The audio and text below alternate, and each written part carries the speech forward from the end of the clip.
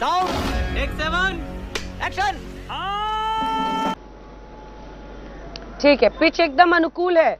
आलोक शर्मा जी वो दावा कर रहे हैं और उनका ये मानना है कि मतलब जो महाराष्ट्र की संस्कृति है वो भी छत्रपति शिवाजी महाराज भी हिंदवी साम्राज्य ही स्थापित कर रहे थे, मुगलों के खिलाफ लड़ाई लड़ रहे थे। वैसे ही वो कह रहे हैं कि हम भी मौजूदा वक्त में मुस्लिम तुष्टीकरण के खिलाफ लड़ाई लड़ रहे हैं। जनता को आप मूर्ख समझना बंद कर दीजिए। इस प्रकार की बचकाना बातें किसी के गले नहीं उतरती, लोग मजाक उड़ाते हैं। देखिए, मुझे लगता है कि अंजना जी, आज न मुगलों का शासन है, आज संविधान का शासन है।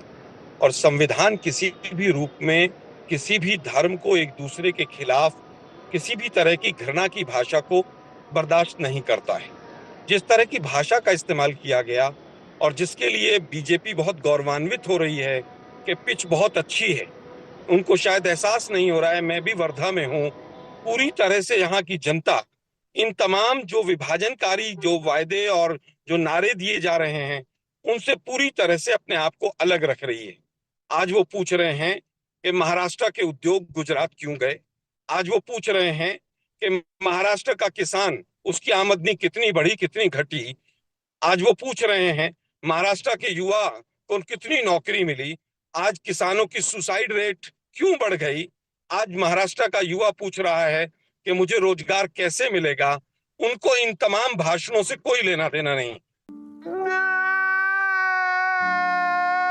मैं भी एक सभा में था, एक युवक उठा और उसने सीधे ही एक बात कही कि जो योगी जी अपने नवजात शिशुओं को अपने राज्य में नहीं बचा सकते हैं, वहां पर 10-10 बच्चे झुलस कर मर जाते हैं, वो यहाँ आकर बांटने और काटने की बात करते हैं। महाराष्ट्र की भूमि इस तरह के बयानों को, वक्तव्यों को स्वीकार नहीं करती है। और ये केवल हम नहीं कह रहे हैं, ये जन जन कह रहा है यहाँ पर। लेकिन बीजेपी शायद पूरी तरह से इसको स्वीकार करने के लिए तैयार नहीं है। अरे भाई, 10 वर्षों से आप केंद्र में बैठे हैं। प्रेम शुक्ला, आप कुछ भी बोलो, ये नहीं सुनने वाला।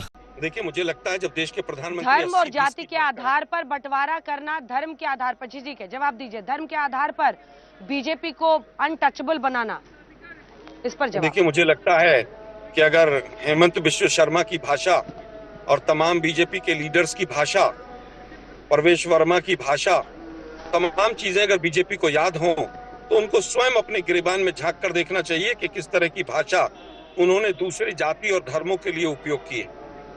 अगर आज यहाँ पर कोई किसी पार्टी के लिए समर्थन की बात करता है, कोई भी स्वतंत्र नागरिक स्वतंत्र देश में किसी के लिए भी वोट की किसी भी रूप में अपील कर सकता है। लेकिन किसी की अपील करना कि हमें मुसलमानों की वोट नहीं चाहिए, हमें फलाओं की वोट नहीं चाहिए, ये किसकी भाषा रही है, ये पूरे देश ने देखा है। तुम्हें शर्म है? कुछ शर्म आया है? आज अगर आप विकास की बात कर रहे हैं तो कटने और बंटने की नहीं करनी चाहिए। संविधान की बात कीजिए। आप आरक्षण को आप जो खत्म करना चाहते हैं उसको कैसे बचाएंगे, उसकी बात कीजिए। आप बताइए कि 400 पार का नारा जब दिया था तो 250 पर कैसे आकर 240 पर रुक गए। इसीलिए ये जो नेगेटिव कैंपेन है आपका, महाराष्ट्र की जनता स्वीकार नहीं करेगी। महाराष्ट्र की जनता कह रही है कि सोयाबीन के 3000 रुपए क्विंटल हमें बेचने के लिए हम मजबूर हैं। आज हमारी लागत 4000 से ज्यादा आ रही है। महाराष्ट्र की जनता खड़गे जी के उस बयान पर भरोसा कर रही है कि 7000 रुपए प्रति क्विंटल हम सोयाबीन की फसल के लिए देंगे। ये कटने बटने की भाषाओं का युग चला गया है। बीजेपी उसी युग में जी रही है। आज युवा रोजगार मांग रहा है। इन्होंने बता दिया 1 लाख पता नहीं कितने करोड़ रुपयों की बात आपने रेलवे के लिए कर दी। जरा एक बार ये भी बता दीजिए कि पिछली आपकी सरकार 10 साल चलने के बाद पिछले 7 महीने में सैकड़ों एक्सीडेंट जो रेल के हुए हैं, अगर इतना पैसा खर्च हुआ, इतना विकास हुआ, तो आए दिन क्यों एक्सीडेंट हो रहे हैं। और दुर्भाग्य है कि एक लाइनमैन 2 कनेक्ट करते हुए बोगियों को जिस तरह से पिसता हुआ दिखा है, उसके बाद भी आप रेलवे की बात करते हैं। वो रेल मंत्री हैं, रेलवे मंत्री नहीं है। उनका तुरंत इस्तीफा होना चाहिए और बाबा योगीनाथ को पूरे देश से माफी मांगनी चाहिए कि अपना राज्य संभल नहीं रहा है, अपने अस्पताल संभल नहीं रहे हैं और दूसरे राज्यों में अब कटोगे बटोगे, ठीक है, पटांग वो यहाँ पर घूम रहे हैं। महाराष्ट्र की जनता इनको सिरे से अस्वीकार करती है। क्या बात है सर, क्या बात है सर, क्या बात, ये बात है। किशोर जी, अब आप जवाब दीजिए उनकी बातों का। वो कह रहे हैं कि जो खुद बाला साहब ठाकरे की सोच थी, विचारधारा थी, उससे आप अलग हो गए। झूठ बोलो, बार बार झूठ बोलो। उद्धव जी का तो इंटरव्यू मुझे लगता है आपने लिया या और किसने लिया, साहिल ने लिया, लेकिन उद्धव जी ने स्पष्ट किया ना, हाँ मैं मेरी खुद की लाइन खींचकर राजनीति कर रहा हूँ, और मैंने अगर हिंदुत्व छोड़ा है, हाँ मैंने अगर ये कहते कि 2.5 साल में 2 दिन गया है, हाँ तो लोग निर्णय लेंगे ना, लोगों को तो समझता है। आप तो कह रहे हैं हमने हिंदुत्व छोड़ा है, क्या कहते वो सोनिया सेना बन गए हैं या तलवे चाट रहे हैं। लेकिन मैं एक बात बताता हूँ कृष्णा जी को कि बीजेपी के 40-42 ओबीसी नेताओं ने बोला है कि कटेंगे बटेंगे, ये महाराष्ट्र की फिलॉसफी नहीं है। हाँ, और उनके मतदार संघ में जैसा इनके बुलेट पाटिल है, वो कह रहे कि मेरे मतदार संघ में कटेंगे बटेंगे नारे नहीं चलते।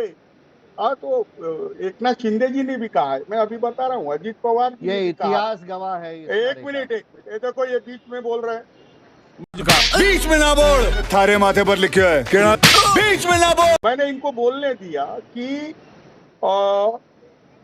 जो लोग ये कड़वी राजनीति कर रहे हैं और धर्मदागिष्ट राजनीति कर रहे हैं, उनको लोग नफरत से देख रहे हैं। तो जो नेता भले ही बीजेपी में हो या फिर अजीत पवार जी के साथ हो या एकनाथ शिंदे जी के साथ में, जो योगी जी, मोदी जी और अमित शाह और देवेंद्र फडणवीस इनके ये कड़ू वचनों से परहेज करेंगे, वो लोगों का परफॉर्मेंस अच्छा रहेगा, ये रिकॉर्ड पे लिख लो।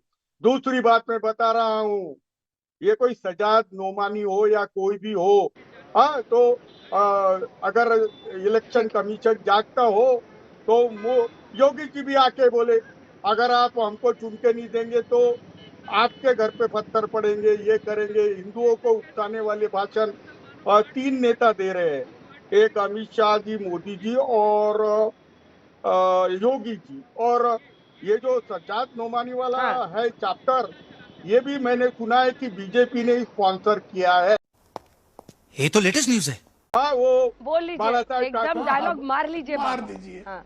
रुको प्रेम शुक्ला, क्या हुआ? अंजना जी इनके पास एक डायलॉग है, बाला साहेब कांग्रेस के खिलाफ चुनाव लड़ रहे थे, वहां उन्होंने कह दिया कि मेरी पार्टी कभी कांग्रेस के साथ जाएगी तो मैं मेरी दुकान बंद कर दूंगा। अभी उद्धव ठाकरे ने अपनी दुकान नए से खोली है, तो अब आ जाओ ना। अच्छा, 80% तो लोग लेके चले गए। अरे तुम प्रेम शुक्ला, हाँ एकनाथ शिंदे की 2 सीटें आ जाएगी, पर तुम्हारी पार्टी की बहुत बुरी हालत है। हाँ, तुम्हारी पार्टी की बहुत बुरी हालत है। Please sir. आलोक जी, देखिए एक गंभीर अगर एंगल पर चुनावों को हम देखें तो लोकसभा के बाद हरियाणा बहुत बड़ा टेस्ट माना जा रहा था और ज्यादातर रिजल्ट्स ये मान रहे थे कि कांग्रेस अच्छा करेगी, लेकिन वहां पर आप लोग फिसल गए और बीजेपी की फिर से सरकार बनी। क्या आप लोगों ने पोस्ट हरियाणा कोई एनालिसिस करके उस स्ट्रैटेजी को महाराष्ट्र में अपनाया है? जैसे कहते हैं ना कि जहां पर आप चुनाव में आप शिकस्त खाते हैं, वहां से आप एक सीख के साथ आगे बढ़ते हैं। कुछ ऐसी स्ट्रैटेजी में बदलाव जो आपने किया हो हरियाणा टू महाराष्ट्र? अरे कहना क्या चाहते हो? देखिए, मुझे लगता है कि हरियाणा में जो भी हुआ वो देश के सामने है, उस पर बहुत से प्रश्न चिन्ह भी हैं। वोट कैसे बटे, क्या हुआ, क्यों हुआ, इलेक्शन कमीशन पे भी तमाम सवालिया निशान हैं। आज उसका जिक्र करने का विषय नहीं। जहां तक बात वहां से सीख की है, तो जरूर हमने बहुत सी चीजें वहां से सीखी हैं, और चाहे उसमें फॉर्म 17C को किस तरह से लेना है, एक एक एजेंट को समझाया जा रहा है, यहाँ तक के तमाम चीजें वो भी समझाई जा रही हैं कि बीजेपी के किस तरह से जो विभाजनकारी वक्तव्य हैं उनकी तरफ ज्यादा अपने आप को नहीं लेकर जाना है। हम अपने मैनिफेस्टो पर फोकस कर रहे हैं, हम महाविकास अघाड़ी की एकता पर फोकस कर रहे हैं, हम अपने जो वायदे हम कर रहे हैं उन पर फोकस कर रहे हैं। हम बदलापुर की घटना लोगों को बता रहे हैं कि क्या क्या हुआ।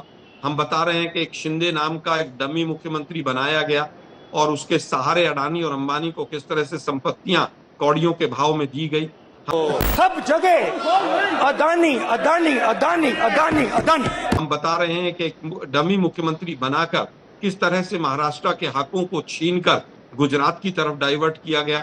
हम बता रहे हैं कि 25 लाख रुपए का जो बीमा हम देंगे उससे क्या फायदा होगा। 3,000 रुपए किस तरह से महिलाओं के अकाउंट में आएंगे। 7,000 रुपए क्विंटल किस तरह से सोयाबीन के दिए जाएंगे। हम अपना पॉजिटिव एजेंडा लेकर जनता के बीच में हैं। और ये लोग अभी भी बाला साहब ठाकरे ने वो इंटरव्यू दिया था, उसमें ये कहा था, उसमें इसलिए हमें वोट दे दो। अरे भाई 11 साल हो गए आपकी सरकार को चलते हुए। अब आप बताइए ना कि आपने क्या किया महाराष्ट्र के लिए। आप बताइए देश के लिए क्या किया। आप घुसपैठियों की अभी हेगड़े साहब बात कर रहे थे। भाई घुसपैठियों को रोकने का काम तो केंद्र सरकार का है और केंद्र सरकार उसमें फेल रही है कि बॉर्डर सिक्योरिटी का काम राज्यों का तो नहीं है। उसके बाद भी आप लोग देश की जनता को गुमराह करते घूम रहे हैं। आप बताइए कितने बांग्लादेशी घुसपैठिए हमने वापस भेजे। मैं बताता हूं कि जब 2013-14 में हमारी सरकार थी तो 89,000 बांग्लादेशियों को वापस डिपोर्ट किया था। आप एक एक साल का व्हाइट पेपर ला कर रख दीजिए। आपका केवल एक एजेंडा है हिंदू मुस्लिम करना। फलाने ने कहा था, ढिकड़े ने कहा था। अरे भाई आप बताइए ना किसानों की आय डबल हो गई क्या महाराष्ट्र में? अरे बाप रे, ये तो धोती खोल रहा है। किसानों की सुसाइड रेट 47% क्यों बढ़ गई, जरा इसका उत्तर दीजिए ना। फलाने ये कहा, उसने ये कहा, मौलाना ने ये कह दिया, पंडित जी ने ये कह दिया। अरे भाई इन चीजों से बाहर निकलिए। तो हमने ये सीखा है कि हमें अपने पॉजिटिव एजेंडे पर आगे चलना है। जो कमियां हरियाणा में हमारे अंदर रही होंगी उनको हमने काफी हद तक दुरुस्त किया है। आज तो ये लोग पूरी तरह से, जिस तरह से ऐसे लोग जिनके ऊपर आरोप लगाते थे भ्रष्टाचारी हैं ये, उनको साथ लेकर चल रहे हैं। जिनके ऊपर आरोप लगाते थे कि इनके लिंक जो है दाऊद से हैं, उनके साथ एनसीपी ने उनको टिकट देकर चुनाव में लड़ा रही है। उसके बावजूद ये गठबंधन नहीं तोड़ रहे हैं। हम अपने गठबंधन को मजबूत किए हुए हैं। हमारी एक भाषा है, इनके अंदर पूरी तरह से आपस में लड़ाई मची हुई है। और योगी आदित्यनाथ जी को तो मैं पुनः कहूंगा, एक पद, एक मिनट भी महाराष्ट्र की भूमि में रहने का हक नहीं है। जाइए उत्तर प्रदेश की जनता से माफी मांगिए सबसे पहले। बोलिए डोंट बी। फिर कृष्णा हेगड़े जी आ रही हूँ। किशोर जी बोलिए बोलिए बोलिए। देखिए, मैं अंजना जी बहुत गंभीरता से बोल रहा हूँ। 2.5 साल से इनकी सरकार है। प्रेम शुक्ला, मैं आपको अभी भी बताता हूँ, केंद्र में तुम्हारी 5 साल के लिए सरकार आई है। आपने जितने भी गंभीर आरोप लगाए, अगर उसमें कोई भी तथ्य है तो इन सब नेताओं को जेल में डालो। लेकिन आलोक शर्मा जी, मैं आपको बोल रहा हूँ, जेल गए थे, बेल पे है। अरे थोड़ा बात, जेल गए थे, बेल पर हैं। आलोक शर्मा जी, इंदिरा जी का जमाना आ गया है। पश्चिम विदर्भ भाजपा मुक्त होने को जा रहा है। पूर्व विदर्भ में चंद्रपुर, भंडारा, नागपुर, ये भी भाजपा मुक्त होने को जा रहा है। केवल एक विधायक इनका रणधीर सावरकर चुन के आने का है। देवेंद्र फडणवीस अगर नागपुर से चुन के आ गए तो वो आश्चर्य होगा। वहाँ बीजेपी के विधायक विनोद गुर्दे पाटिल का बच्चा प्रफुल्ल गुर्दे पाटिल जीत रहा है। और ऐसी परिस्थिति में कैसा होगा तिवारी जी बीजेपी का, मुझे बहुत चिंता लगी है। नाना पटोले का भी इंटरव्यू किया, जो कि कांग्रेस पार्टी के महाराष्ट्र के अध्यक्ष है। मैंने बोला कि क्या आप लोग को भी चैलेंज ये मिलता है, क्योंकि कई जगहों पर उद्धव ठाकरे के इस फैसले को लेकर भी प्रश्न आते हैं। आपके लिए भी उतना ही अननेचुरल अलायंस है? कांग्रेस पार्टी हमेशा शिवसेना के खिलाफ लड़ती रही और फिर उद्धव ठाकरे के साथ आप लोग इस बार चुनावी मैदान में है। मतलब साथ मिलकर महाविकास अघाड़ी का पहला विधानसभा चुनाव है ना ये। पहली फुर्सत में निकल। ठीक है, मुझे लगता है अंजना जी, तमाम पार्टियां साथ रही, तमाम पार्टियां दूर हुई। बीजेपी की सबसे पुरानी अलायंस थी शिवसेना, लेकिन शिवसेना के तमाम लीडर्स ने यही कहा कि बीजेपी ने हमें धोखा दिया। और धोखा किस रूप में दिया वो तमाम मीडिया चैनल्स ने दिखाया। 50-50 खोखे की चोरी की सरकार चला रहे हैं ये लोग और बात करते हैं भ्रष्टाचार की। इलेक्ट्रोल बॉन्ड का पैसा खा के, पीएम केयर्स फंड का पैसा खा के सरकारें गिराते हैं ईडी सीबीआई से, और ये लोग भ्रष्टाचार की बात करते हैं। अटल सेतु की दरारें भी याद होंगी। 1200 रुपए टोल लगा के अटल सेतु के ऊपर दरारें भी जनता ने देखी है। छत्रपति शिवाजी महाराज की मूर्ति में सैकड़ों करोड़ का गबन कर दिया इन लोगों ने। महाराजा छत्रपति शिवाजी महाराज को भी नहीं छोड़ा और ये लोग बात करते हैं। आज मैं यहाँ पर वर्धा में हूँ। अंजना जी, वर्धा की 4 सीटें महाविकास अघाड़ी जीतने जा रही है। यहाँ वर्धा की जो मेन सीट है, शेखर प्रमोद बाबू शिंदे, वो कम से कम 20,000 वोटों से जीतते जा रहे हैं। आज भी ये लोग भ्रष्टाचार की बात कर रहे हैं। अगर इतना विकास किया है तो आप जो मुख्यमंत्री आपके रहे हैं, उन मुख्यमंत्री को डिक्लेयर कीजिए कि इनके चेहरे पर हम जो है आज चुनाव में तो जा रहे हैं और हम जीतते हैं तो यही मुख्यमंत्री रहेंगे। आप एवरीबॉडी, सबके सब चोर है कहिए ना, लेकिन आपकी नीयत में खोट है। आपने तमाम जो आपके घटक दल थे उनको भी समाप्त कर दिया है। कुछ चीजें ऐसी होती हैं जिन पर वैचारिक मतभेद होते हैं। कॉमन मिनिमम प्रोग्राम में तमाम चीजों को साथ लेकर पहले भी चले थे, आगे भी चलेंगे। अब Alok ji bye bye, tata, good bye, गया।